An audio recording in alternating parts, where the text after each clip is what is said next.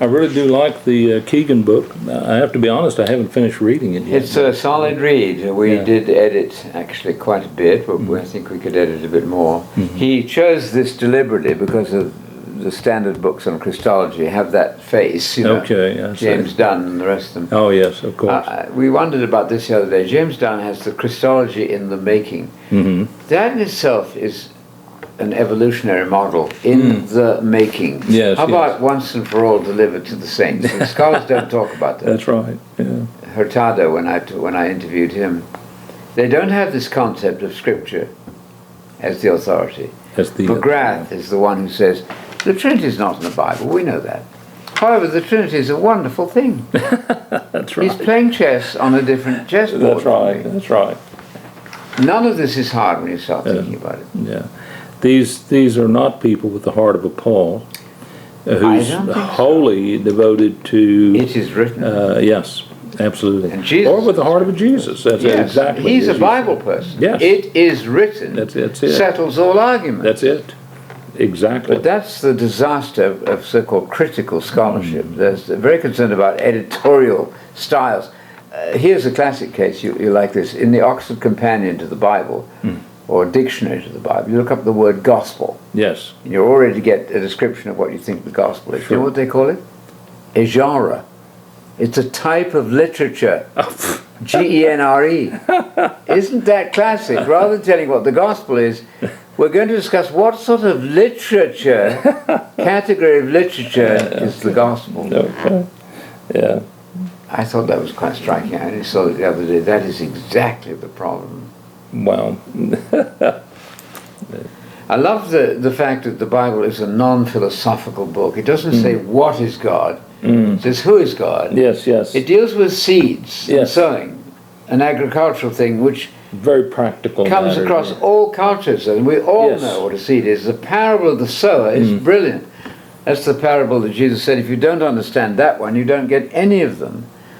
Fishing, sowing seed, very simple in concept for everybody. Things that everyone can understand. Absolutely. And should be able to understand easily. Flowers and Why trees. is it now that we can't understand it without a whole battery of trained theologians to dissect it and it's let me rule over you principle. You know, Harnack said that so well, the great historian of religion. Yes, yes. Adolph Harnack said the clergy put the laity under guardians. Oh my goodness! Yes. That's control now. Right, I'm the expert. Look at my PhDs, etc. Yes, yes. I'll tell you this mysterious doctrines. You are not smart enough to figure this out. You pay me. That's right. That's right. That is the worst form, I think, of false superiority. Indeed, indeed.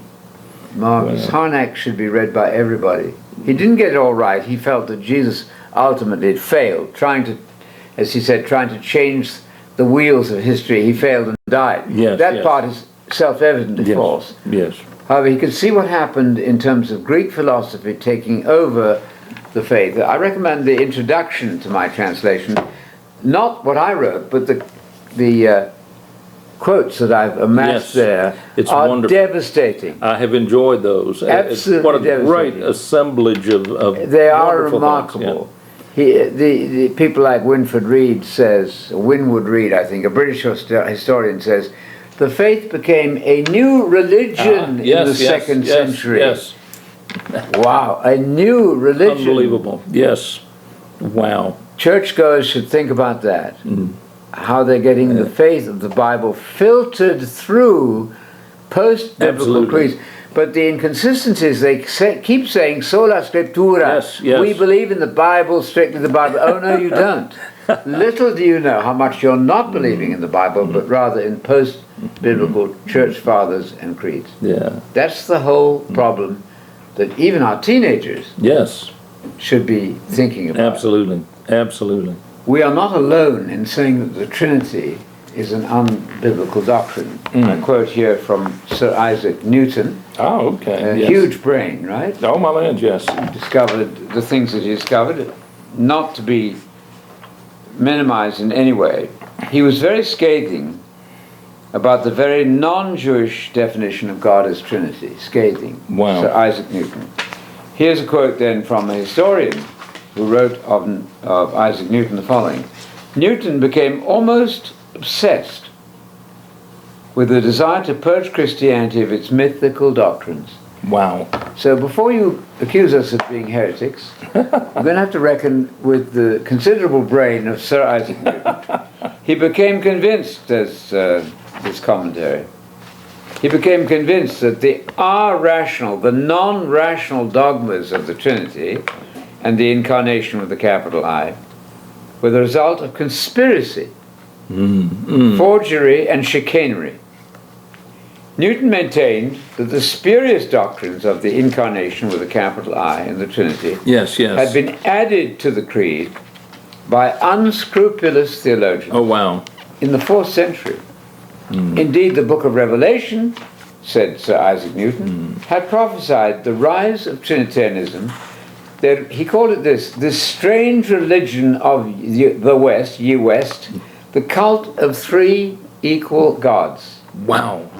Which he felt was the abomination of desolation. What page are you reading? I'm reading there from my introduction to my translation, page 25. Wow. Now, we're not saying that Isaac Newton was infallible. Of course not. But when you consider the 3 greatest brains of that century, that's Sir Isaac Newton, John Milton, the poet, yes, and also John Locke, the philosopher. Wow. They were vigorous anti-Trinitarian people. Yes. Is that meaningless? Think that one through, because we don't want to get the doctrine of God wrong. Yeah. Oh my goodness. Greatest commandment. Yeah. If you get the doctrine of God wrong, then it's not going to be easy to get things right after that. Things are going to be amok as you go along then. That's right. Wow. So that introduction, again, not what I wrote here, but the quotes that have come my way over the period of 60 years we've been doing this, are quite remarkable in terms of what is conceded by very powerful authorities. I love this. I don't know how you decided to add to the translation this introduction section with the quotes, but it was a stroke of genius, I believe. I really think you did very well with that. I do read those, and I think this is... Words are very powerful, aren't they? Yes. I like the one, since we're at it just for a second here. William Winwood Reade, British historian and philosopher, on page 8 of the introduction. This quote. The Church diverged in discipline and dogma more and more widely from its ancient form. Yes. Till in the 2nd century, the Christians of Judea, who had faithfully followed the customs and tenets of the 12 apostles, were informed that they were heretics. Isn't that unimaginable? But it happened. During that interval, a new religion had arisen. Christianity had conquered paganism, and paganism had corrupted Christianity. The single deity of the Jews, that happens to be the creed of Jesus, by the way, I add, indeed, had been exchanged for the Trinity, which the Egyptians had invented, and which Plato had idealized into a philosophic system. The man who had said, Jesus this is, why do you call me good? There's nobody good, absolutely good that is, but one, that's God. Wow. He himself had now been made a God, or rather a third part of one. What if that is somewhere near the truth? That's right. Let's have a revolution. Let's get to the facts. Yes. And then the Jews and the Muslims will be very interested in what we're doing. Exactly. And staggering. And I think people need to realize that our concern is not about assaulting Christianity. No. We're saying, look, people, original Christianity has already been assaulted before we all come on the scene. Absolutely. We just need to get back here. And it doesn't mean Christianity is a problem. It's the later Christianity that's the problem. We need to recover that original, pure Christianity. And that's what we're all about. That's our whole one. That's our whole Very life. easy. Yeah. That's it. Good. Well, I recommend those quotes. You'll get a thrill out of them. Yes, I like the work that you did in the. As I said, I think it was a stroke of genius to include these.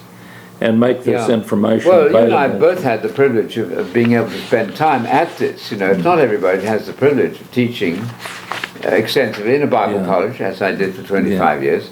Having time on one's hands to explore libraries, buy second-hand books, Right, right. and wonder what in the world is really going on with 40,000 denominations when Paul said, That's right. I want brothers and sisters, above all things, that you say the same thing, be perfectly united in one mind, the mind of Christ. Wow, yes. Any child can see that we're not there.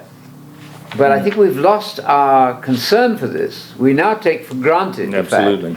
that we all disagree, but that's all right. It isn't all right. Yes, that's right. The faith once and for all delivered to the saints is what we should be contending for. Yes, yes. The brother of Jesus, his Yes. half-brother Jude, struggling for, fighting for, Yes. working for the faith once and for all delivered to the saints. Jude Absolutely. verse 3. Wow. Isn't that marvelous? It says it all, doesn't it? It's beautiful. Beautiful. That's said. it. And I think what greater thing could we do with our lives than to pursue that or press for that or to defend that faith once delivered to the saints as best we can Good and cause. as best we understand I think it. a good cause, don't Sure. you? Absolutely. Cause worth You could striking. do a whole lot of things with your life that would be not so beneficial or profitable.